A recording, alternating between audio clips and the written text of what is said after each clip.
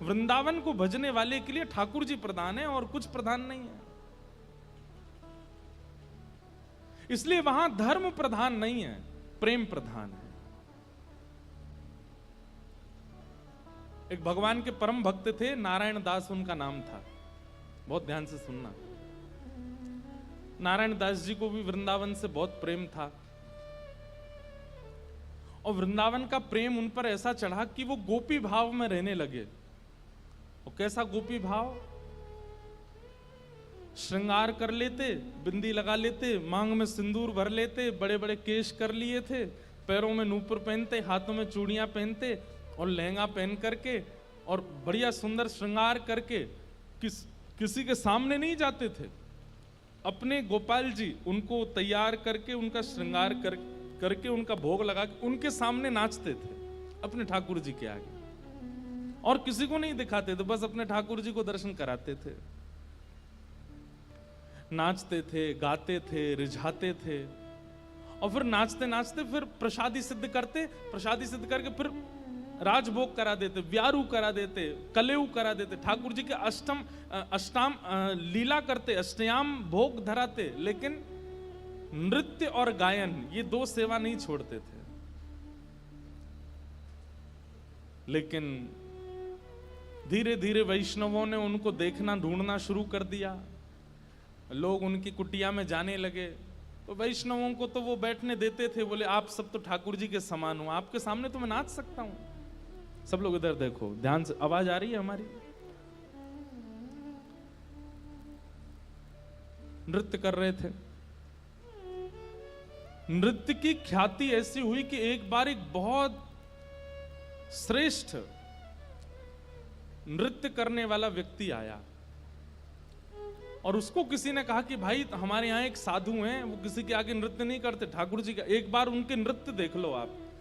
तो बहुत बड़े नृत्य करने वाले ने जब उनका नृत्य देखा तो वो बोला कि महाराज मैं बड़े बड़े दरबारों में जाकर के नृत्य करता हूं, ऐसा नृत्य मैंने आज तक नहीं देखा।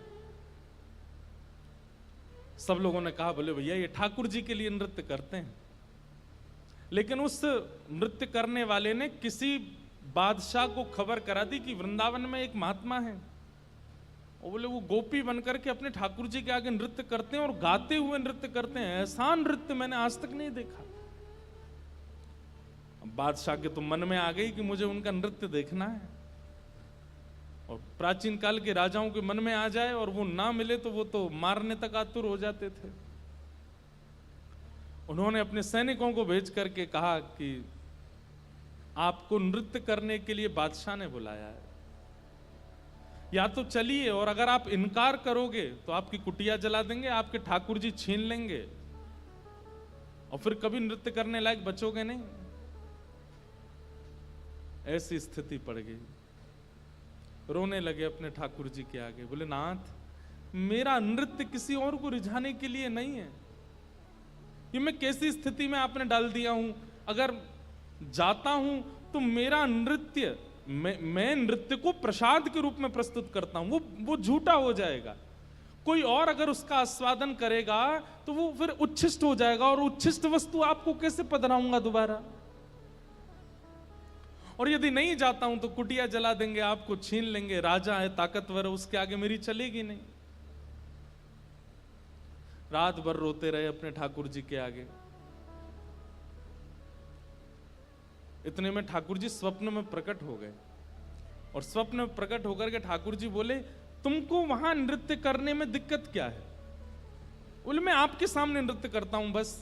तो बोले हमको ले चलो, हमें वहां बैठा देना, हमें देखते देखते नाच लेना, राजा को भूल जाना। तब वो कहते हैं, बोले कि महाराज वो स्थान आपके लायक नहीं है, वो राजा है, वो मांस भी खाता है, मदिरा भी पीता है, ना जाने कैसे कैसे उसके आचरण हैं, उसका स्थान कैसा है, वहां पर नृत्यांगनाएं आती हैं, ना जाने कैसे कैसे वहां पर व्यवहार होते हैं, वहां मैं अपने ठाकुर जी को लेके नहीं जाऊंगा। ये वैष्णव का स्वरूप होता है, वो अपने ठाकुर जी के आगे प्रदर्शन को आगे नहीं करता, वो अपने ठाकुर जी की सेवा के आगे एक बार को बड़े से बड़े उत्सवों का त्याग कर देगा, बड़े से बड़े उपाधियों का त्याग कर देगा, लेकिन अपने ठाकुर जी को ऐसे ही कहीं बेक नहीं देता है। बोले ये तो नहीं चलेगा, आपको लेके तो नहीं जाऊंगा मैं। तब भगवान बोले तो फिर नहीं जाओगे तो ये लोग तुम्हारे कुटिया उजाड़ देंगे। तो फिर वो बोला आप इतना भी नहीं कर सकते, तो फिर काय बात के भगवान, आज तक मैंने आपसे कुछ नहीं मांगा, लेकिन इसका समाधान बताओ मैं कैसे करूं। तब भगवान बोले देखो, तुमने अपनी गली में तुलसी की माला पहनी है और ये तुलसी मेरा ही स्वरूप है, तो तुम मुझे तो नहीं ले जाओगे, लेकिन ये तुलसी माला तो पहन के जाओगे। इनको तुम एक सिंहासन पर पधरा देना और इनको मेरा ही रूप मान करके, मुझे अनुभव करके, मेरा आभास करके तुम वहां नृत्य कर देना। नृत्य भी हो जाएगा, मेरे सन्मुख भी हो जाएगा और तुम्हारा बात भी बनी रहेगी।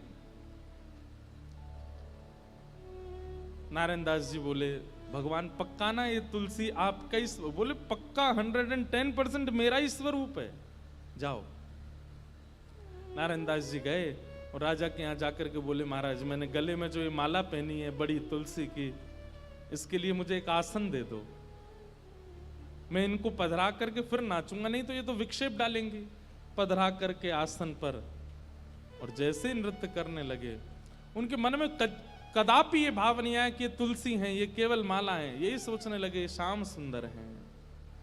श्याम सुंदर विचार करके जब घूमने लगे नृत्य करते करते, तो हर घूमने के बाद एक बार देखते, और जब द्रुत गति से घूमने लगे, चक्र लेने लगे, लेते लेते लेते उनको वहां तुलसी नहीं साक्षात सचल त्रिभंग लली श्याम सुंदर दिखने लगे। आज तक अपनी कुटिया में नृत्य किया था तो कभी ठाकुर जी ऐसे प्रत्यक्ष प्रकट नहीं हुए, लेकिन आज उस दरबार में ठाकुर जी प्रत्यक्ष प्रकट हो गए। क्यों? उनकी भावना से रीझ करके ठाकुर जी प्रकट हो गए। और जैसे ही ठाकुर जी प्रकट हुए, वो चक्र लेते लेते लेते लेते लेते वहीं उन्होंने प्राण त्याग दिए और ठाकुर जी में विलीन हो गए। नारायण दास कहने का अभिप्राय क्या? वृंदावनियों को और वृंदावन भजने वालों को कई बार व्यवहार प्रधान नहीं होता, उनके लिए धर्म प्रधान नहीं है, उनके लिए अर्थ प्रधान नहीं है, उनके लिए काम प्रधान नहीं है, उनके लिए मोक्ष भी प्रधान नहीं है, उनके लिए केवल प्रेम प्रधान है। हमारे आप लोग जाएंगे तो आप क्या कहेंगे, कहां जा रहे हो? बोले बरसाने जा रहे हैं, राधा रानी का दर्शन करने। लेकिन अगर कोर ब्रजवासी से पूछोगे कहां जा रहे हो, बोले बरसानो जा रहे हैं लाडली जी को दर्शन करवे। क्या बोलेंगे? लाडली जी। क्यों? प्रेम प्रधान हो जाता है, वहां पर भगवत तत्व की बात नहीं करते।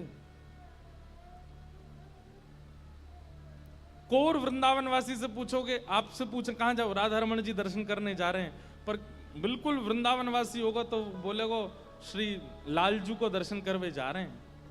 और एक और बात बताऊं, और ज्यादा उपासक वृंदावन के, वो क्या बोलेंगे? श्री जी को दर्शन करवे जा रहे हैं। श्री जी, हमारे वृंदावन में ठाकुर जी को भी श्री जी बोलते हैं, किशोरी जी को भी श्री जी, ठाकुर जी को भी श्री जी।